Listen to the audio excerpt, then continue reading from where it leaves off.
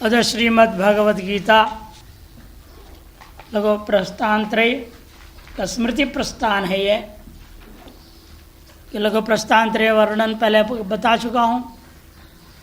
उपनिषद जब चल रहा था शुरू किए थे। दर्शन प्रस्थान ब्रह्मसूत्र है, श्रुति प्रस्थान उपनिषद है और स्मृति प्रस्थान भगवद गीता है। इसमें अधिकतर हम लोग जो है जितने बार पहले पढ़ाया सप्त टीका सहित पढ़ाते थे, जो अष्ट टीका भी बोलते हैं। अगली बार हम इसको संक्रांति टीका के साथ ले रहे हैं। संक्रांति टीका के साथ पढ़ाया जाएगा। भाष्य और संक्रांति टीका मुख्य रूप में ये रहेगा। बाकी जहाँ जरूरत यानी टीकाओं का जो भी अंश है, जितने अंश उतना जरूरत हो उतना बताऊंगा। संपूर्ण गीता का सार यामनाचार्य यामन मुनि प्रणीत गीतार्थ सार संग्रह जो आपके समक्ष दिया गया है, 2 पन्ने में है। पूरे गीता के सार एक श्लोक में लिखते हैं। स्वधर्म ज्ञान वैराग्य साध्य भक्त्येक गोचर नारायण परम ब्रह्म गीता शास्त्रे समीरितः।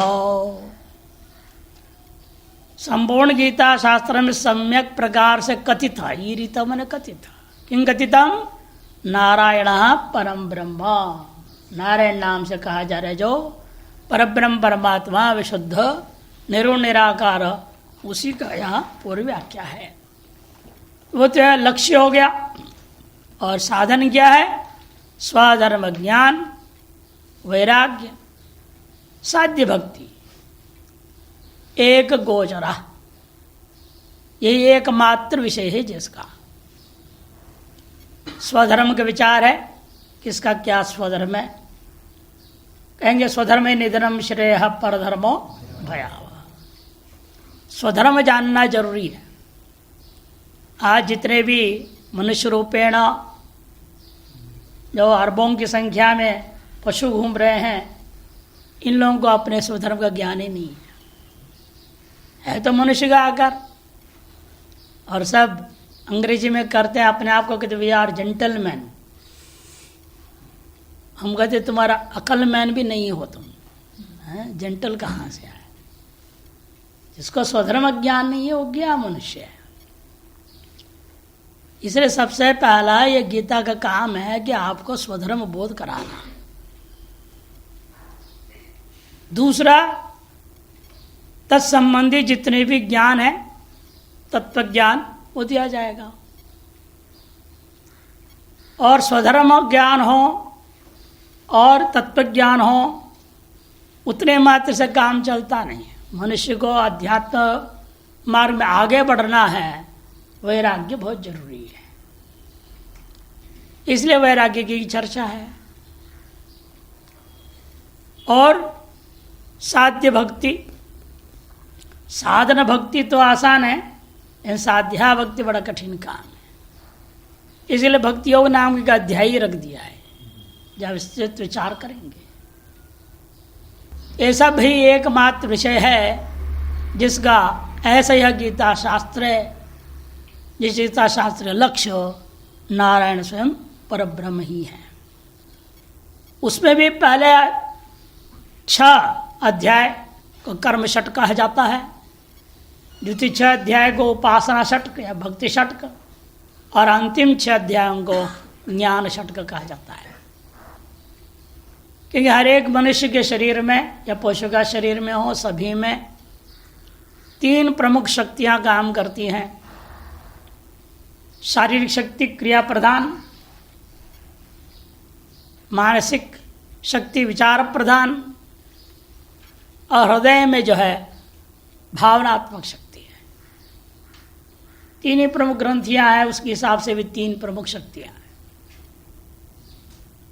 और इन शक्तियों के जब तक शरीर में सम्यक प्रकार संतुलन न हो, तब तक आध्यात्मिक अभिवृद्धि नहीं हो सकती। क्रिया शक्ति को सही मार्ग में प्रयोग करने के लिए ये कर्म योग है। भावनात्मक शक्ति को सही मार्ग में ले जाने के लिए ही आपके उपासना भक्ति, और विचारात्मक जो शक्ति है उसको सही मार्ग में लगाने के लिए ही ज्ञान है। अतः जितने भी वैदिक ग्रंथ हैं तत्समृद्ध संबद्ध स्मृतियां हैं, सभी में 3 भाग होता है, कर्मकांड, भक्ति कांड या उपासना कांड और ज्ञान कांड। इन तीनों का संतुलन करना अनिवार्य है, क्योंकि हर व्यक्ति अपना शारीरिक क्रियाओं को शक्ति को खूब इस्तेमाल कर रहा है, दौड़ भाग दिन रात लगा हुआ है, कौन नहीं लगा है, लेकिन वो सब केवल यहलोक के भोग को प्राप्त करने के लिए, संसाधनों को जुटाने के लिए, धनार्जन करने के लिए लगा हुआ है। और वह अर्जन भी जो कर रहा है वे धर्मानुरूप नहीं है, धर्म विरुद्ध करके कर रहा है। इसलिए हमें कर्मयोग की शिक्षा, उसे निष्काम कर्मयोग की शिक्षा देना पड़ता है, ताकि उस शारीरिक शक्ति को हम सदुपयोग करें, सन्मार्ग में लगा सकें। एवं एवं भावनात्मक शक्ति है, माता पिता भाई बहन पत्नी बच्चे इन सभियों के प्रति प्रेम के रूप में बहा देते हैं। तो प्यार प्यार प्यार ये हल्ला मचा हुआ है पूरी दुनिया में, और प्यार के चक्कर में आदमी अधर्म के मार्ग में चल देता है, स्वधर्म का परित्याग कर देता है। इसलिए उस प्यार को भक्ति में परिणाम कर देना है।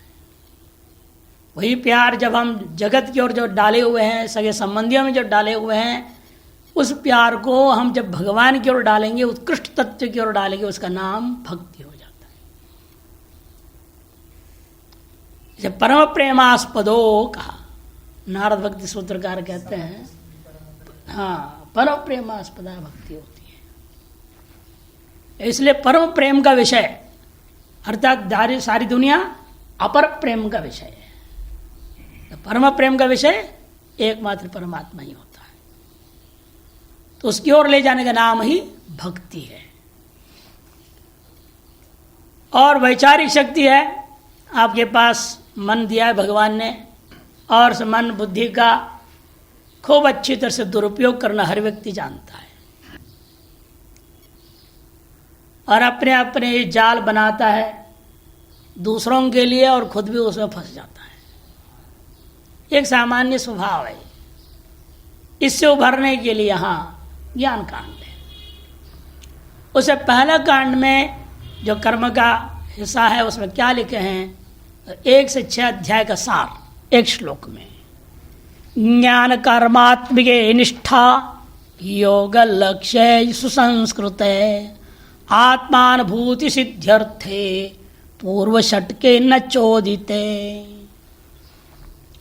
ज्ञान और कर्मात्मिक के निष्ठा, 2 निष्ठाएं हैं, ज्ञान निष्ठा और एक कर्म निष्ठा, जो सांख्य योग और कर्म योग। इन 2 निष्ठा दोनों ही योग के द्वारा ही, दोनों योग नाम से लक्षित है, सुसंस्कृत है, और सम्यक प्रकार सुष्टु संस्कारित हो जाए, तब आपके अंतःकरण आत्मानुभूति के योग्य हो जाता है। आत्मानुभूति सिद्ध्यर्थ है, पूर्व षटके न विहिते, चोदित मन विहिते। पूर्व षटक बने प्रथम 6 अध्याय के द्वारा कर्म प्रधान रूपेण, यदि विज्ञान की भी चर्चा है, शुद्ध ब्रह्म की भी चर्चा है, संकेत करते हैं कि लक्ष्य को कहे बिना केवल साधन को बार बार कहना अनुचित हो जाता है। इसलिए साधन की धारा में बीच बीच में आपको हर एक अध्याय में साध्य को लक्षित किया जाता है। लगभग ऐसा कोई अध्याय नहीं है जिसमें आत्म तत्व का एक श्लोक भी ना हो। इन केन प्रकारेण प्रसंग लाते हैं और आत्म तत्व का कथन कर ही देते हैं। एक व्यक्ति यही पूछा, भाई ये कर्म षट कहते हैं, उसमें ज्ञान की चर्चा क्यों, स्थितप्रज्ञ की चर्चा क्यों, स्थितप्रज्ञ से कहा भाषा, केवल कर्म के बारे में बोलना चाहिए था। कभी वास्तव में ये जो 18 अध्याय आप पढ़ेंगे इसे पहला अध्याय अधिकारी अध्याय। इसमें तत्व का परोक्ष रूपेण कथन करते हुए साधनों पर वर्णन किया जाएगा। उत्तम अधिकारी का क्या क्या होना चाहिए गुण, मध्यम अधिकारी के अंदर क्या क्या होना चाहिए, और मंद अधिकारी के लिए क्या क्या होना चाहिए, और अनधिकारी का भी लक्षण संकेत कर देते एक दो श्लोक में, ताकि आपके अंदर वो अनधिकारी लक्षण हो, उसको मिटाने के लिए आप प्रयास कर सकें, उन दुर्गुणों को आप हटा सकें, पुरुषार्थ करें। यानी अनधिकारित्व का जो लक्षण का अंश है वह आपके अंदर लेश मात्र भी न रहे, इसके लिए उसको भी संकेत करना अति आवश्यक होता है। जैसे आपने मीमांसा दर्शन के अर्थ संग्रह पढ़ रहे थे, तो क्या बोला, यद्यपि लक्ष्य हमारा धर्म अथा तो धर्म जिज्ञासा, इन अधर्म की भी चर्चा करेंगे। जिससे निवृत्ति होनी है उसकी भी जरूरी है चर्चा। हम केवल धर्म बताते रहे हैं और आपको अधर्म बताएं नहीं, आपको पता ही नहीं चलेगा, आपको भ्रम रहेगा, आप अधर्म कर रहे हैं, वो सब धर्म की भ्रांति हो जाएगी। इसे अधर्म का भी पहचान कराना जरूरी, ऐसा जैमिनी महर्षि ने कहा है। तद्वत यहाँ पर भी है, आपको अनधिकारी का लक्षण कहना भी जरूरी है, ताकि उससे आपको बचा के चले। और यदि वह अंश आपके अंदर हो, वह दोष आपके अंदर दिख रहे हो, उसको आप मिटाइए, उसके लिए अलग कीजिए, वो प्रयास साधना कीजिए। ये दर तो भी लक्षण यहाँ बताएंगे। और दूसरा अध्याय वास्तव में पूरे अन्य शेष 16 अध्याय में जो भी कहना है उन सबका सार है। इसे दूसरे अध्याय में आपका ज्ञान की चर्चा भी बहुशः है, कर्म की चर्चा भी बहुशः है, और उपासना की भी चर्चा है। वो बीजात्मक है। आप मधुसूदनी टीका देखें, उसका वर्णन भी किया उन्होंने कि कहाँ से कहाँ तक के किस अध्याय में विस्तार हुआ है, कि कहाँ से कहाँ तक किस अध्याय में विस्तार है, वर्णन किया उन्होंने।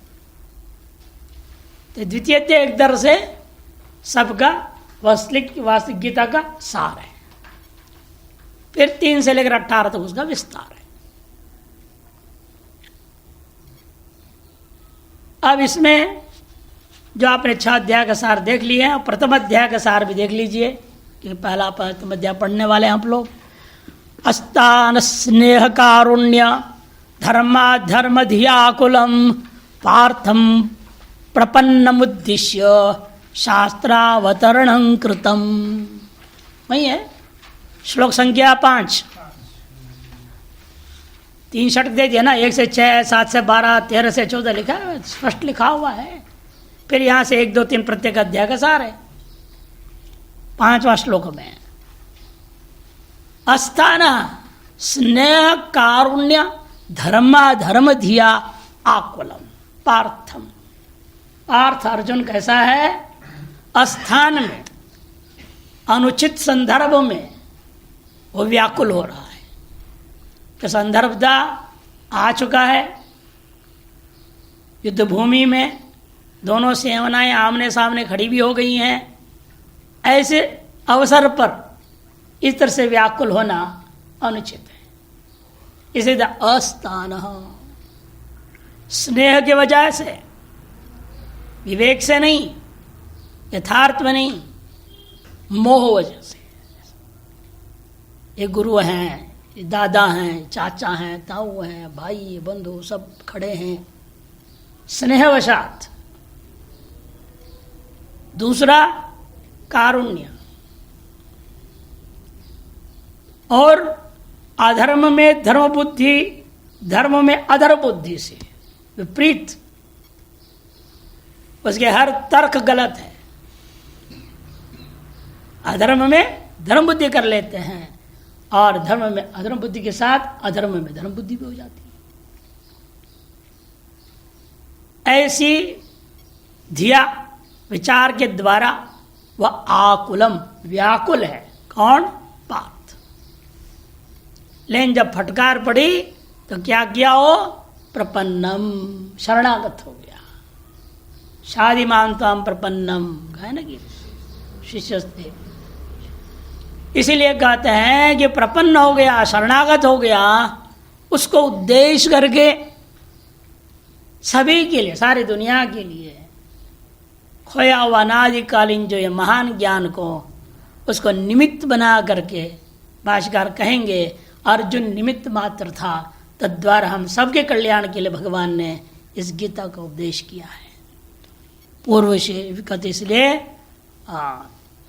प्रश्नोद्देश्य शास्त्र का अवतरणम कृतम, प्रथम अध्याय में शास्त्र का अवतरण है, शास्त्र का आरंभ करने के लिए ये सारी भूमिका बांधी जा रही है।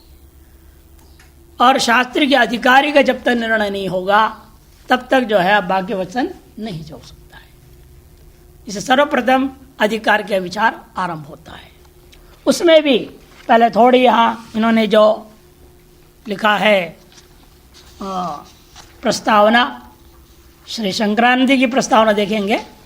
ये प्रस्तावना लेना है, थोड़ा देखिएगा।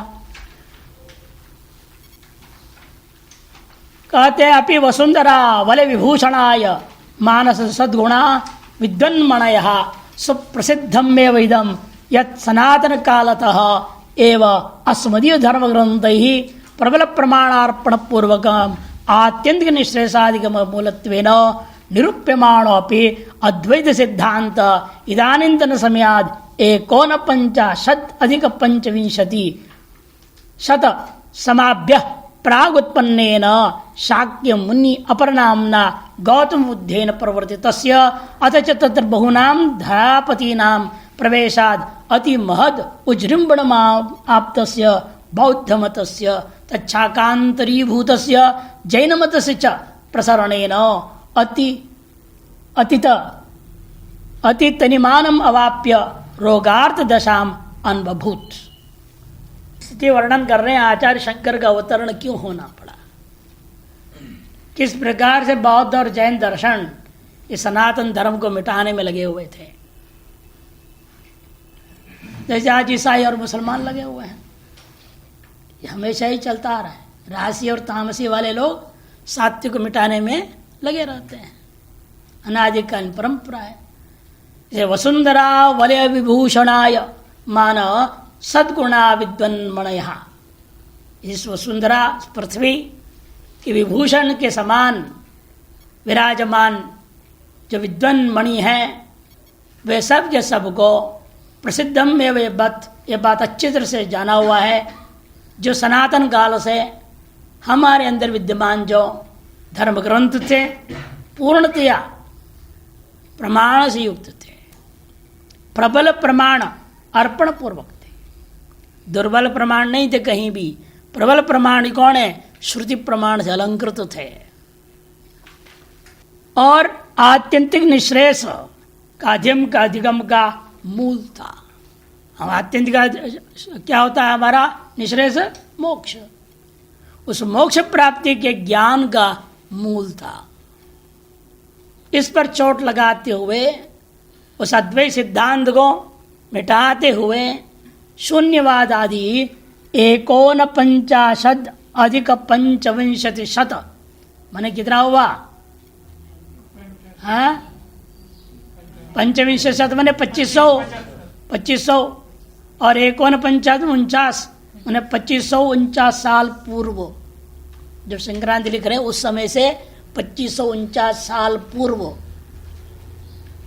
यह घटना घटी कि कलयुग का प्रभाव को बढ़ाने के लिए कुछ लोगों का मानना है भगवान बुद्ध ने ही के रूप में विष्णु ही अवतार लिए हैं।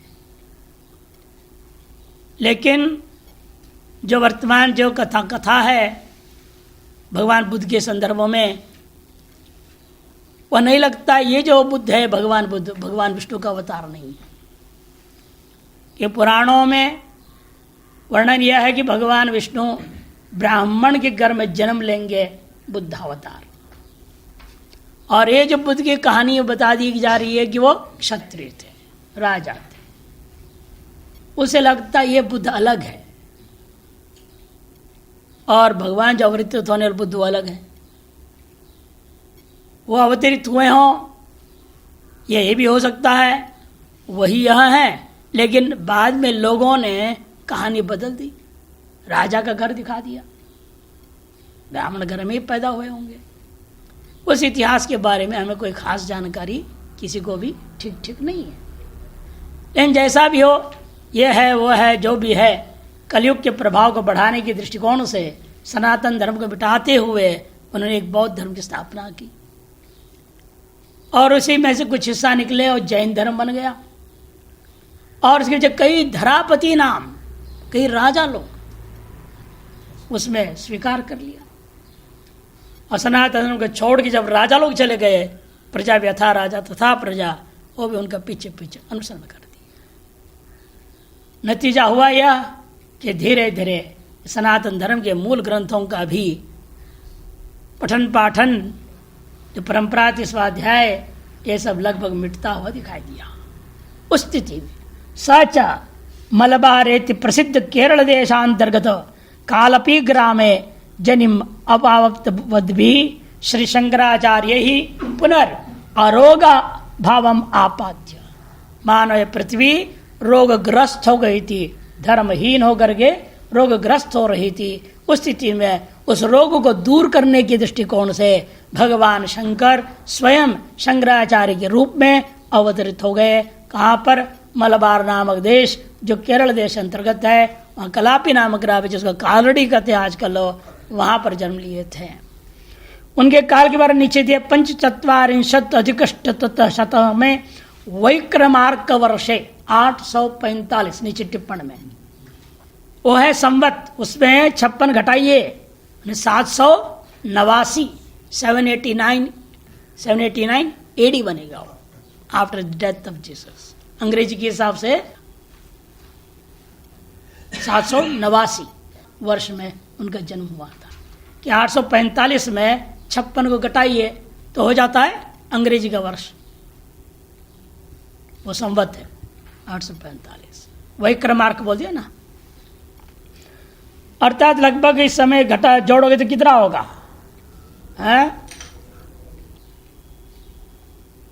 2024 में 789 घटा लो, 789 घटाओ 2024 में, 2700 निकाल दिया तो कितना हो जाएगा?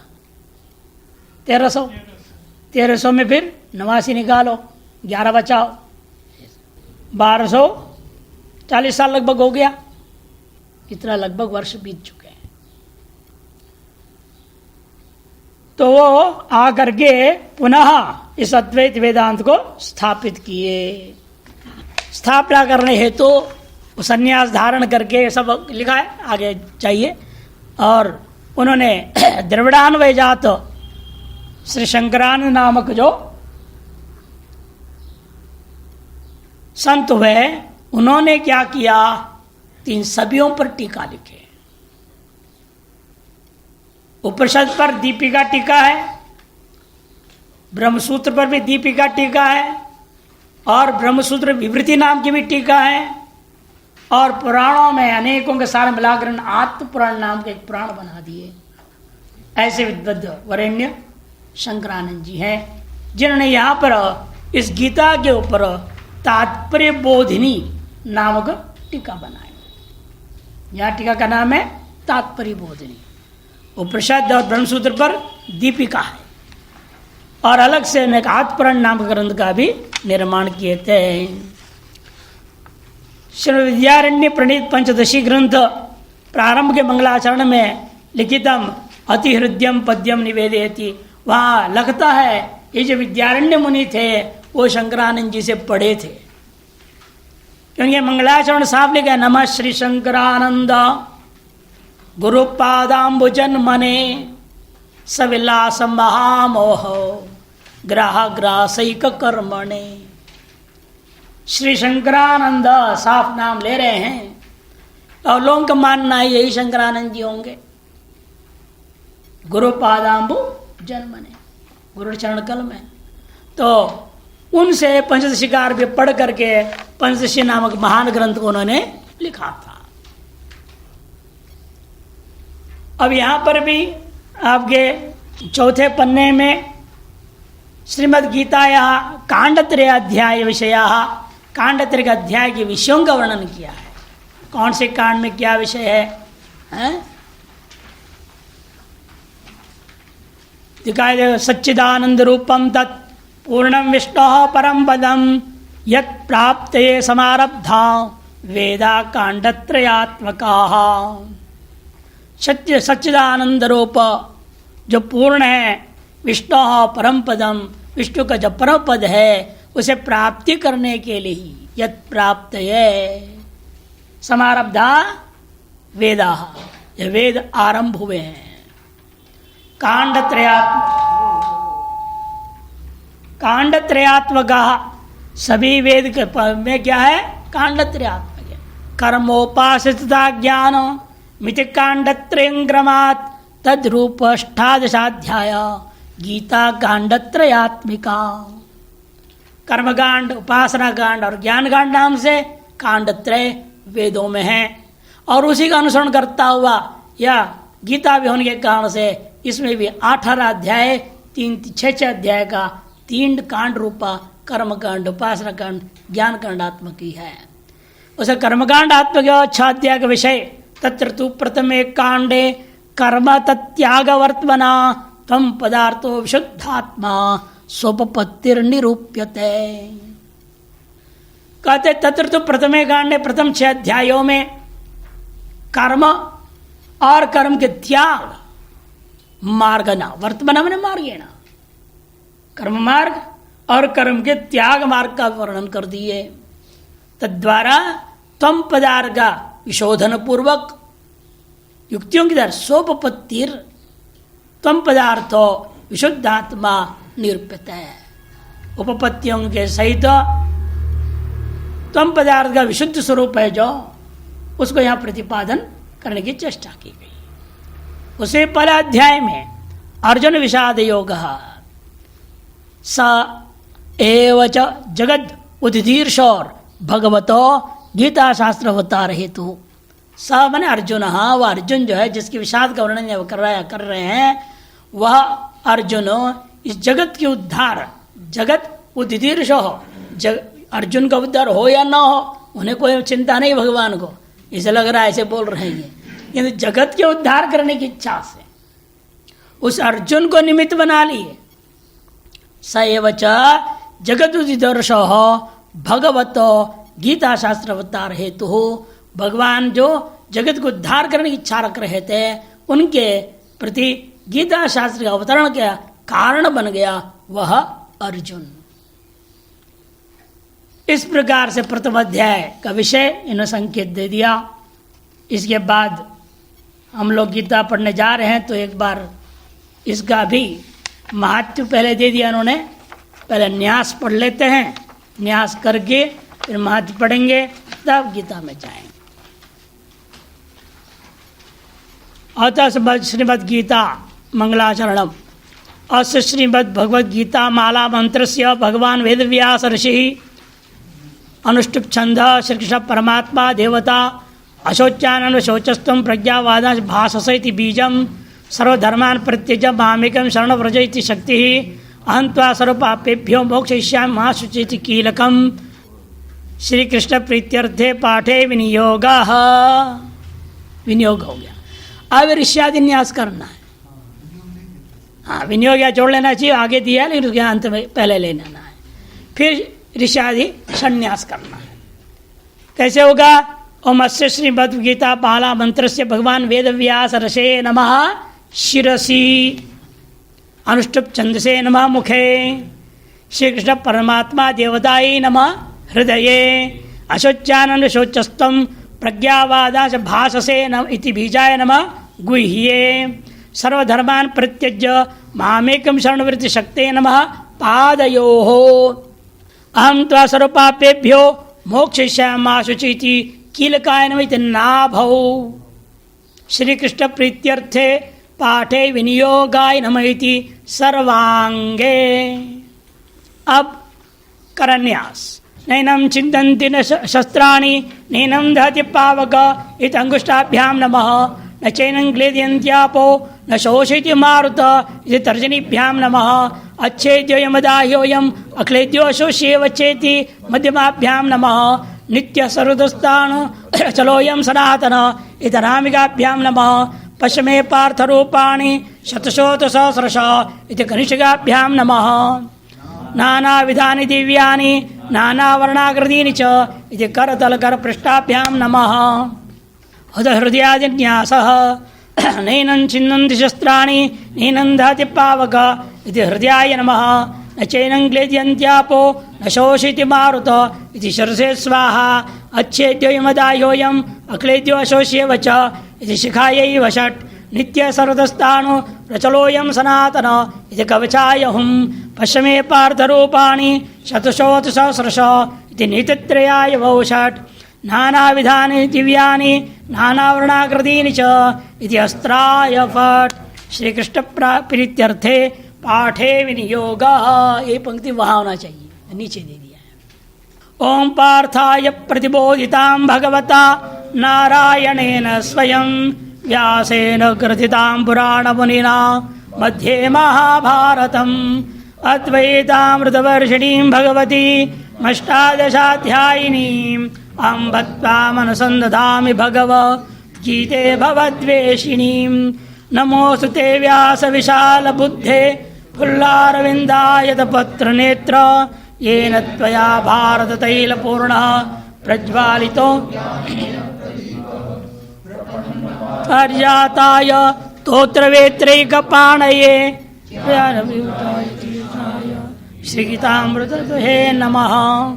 सर्वोपनिषदो गावो दोग्धा गोपालनन्दनः पार्थो बालः भोक्ता दुग्धं गीतामृतं महत्। वसुदेवसुतं देवं कंसचाणूरमर्दनं देवकी परमानन्दं कृष्णं वन्दे जगद्गुरुं। भीष्मद्रोणतटा जयद्रथजला गान्धारनीलोत्पला शल्यग्राहवती कृपेण वहनी कर्णेन वेलाकुला। अश्वत्थामि विकर्णघोरमकरा दुर्योधनावर्तिनी सोत्तीर्णा खलु पाण्डवैर्नदी कैवर्तका केशवः। पाराशर्यवचः सरोजममलं गीतार्धगन्धोद्घटं नानाख्यानककेसरं हरिकथा सम्बोधनाबोधितं। लोके सज्जन षट्पदैरहरः पेपीयमानं मुदा भूयात् भारतपङ्कजं कलिमल प्रध्वंसिनः श्रेयसे। मूकं करोति वाचालं पङ्गुं लङ्घयते गिरिं यत्कृपातमहं वन्दे परमानन्दमाधवं। यं ब्रह्मा वरुणेन्द्ररुद्रमरुतः स्तुन्वन्ति दिव्यैस्तवैर्वेदैः साङ्गपदक्रमोपनिषदैर्गायन्ति यं सामगां। ध्यानावस्थित तद्गतेन मनसा पश्यन्ति यं योगिनो यस्यान्तं न विदुसुरासुरगणा देवाय तस्मै नमः। देवाय तस्मै नमः। अब आचार्य शंकर अपने मंगलाचरण आरंभ करते हैं। उससे पहले एक दो बात देखते हैं। श्रीमद् भगवद गीता, ये नाम रख दिया गया है श्रीमद् भगवद गीता। उसमें विचार करना पड़ेगा, इसको श्रीमद् क्यों कहा गया, केवल भगवद गीता क्यों नहीं कहा, वहां भी भगवत क्यों कहा, गीता क्यों नहीं कहा, केवल गीता किसके द्वारा गाया हुआ है, क्योंकि गीता भी अनेकों गीता है। 108 गीताएं हैं, एक दो नहीं, 108 गीता। अतएव भ्रम न हो जाए अन्य गीताओं के साथ, इस गीता का विशेषण देना पड़ा। भगवता उक्ता या गीता सा भगवत गीता, भगवान के द्वारा जो गाई गई है उस गीता का नाम भगवत गीता।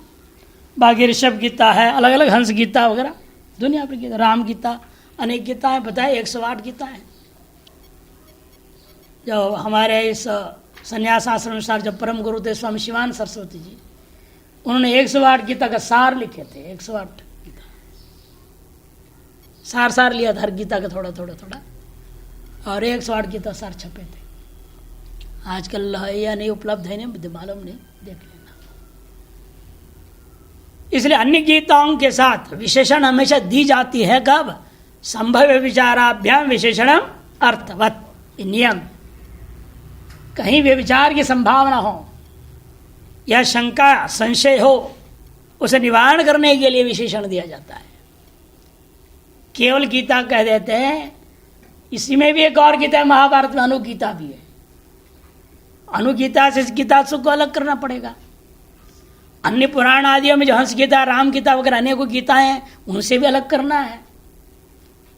अतः संशय ना हो या अन्य गीता में विचार ना हो, अतः विशेषण दिया सार्थक वो है भगवद गीता।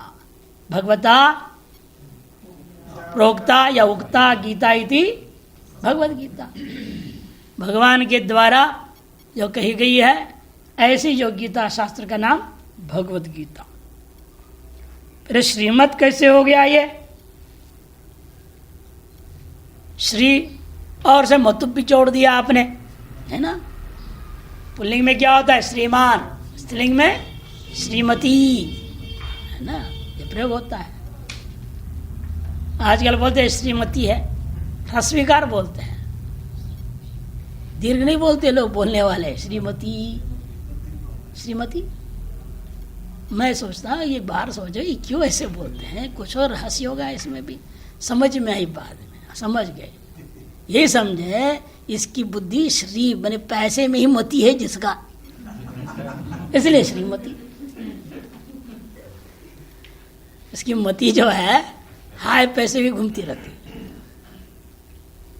दीर्घकार करो तो अलग हो जाएगा मामला, है कि नहीं। तो बाकी विचार, श्री किसको कहा जाता है, किसके नाम के आगे श्री जोड़ा जाता है, शास्त्र ने वर्णन किया है इसको, यानी कि जिस किसी को भी श्री बोल दो, ऐसे नहीं होता। उस विचार कल देखते हैं।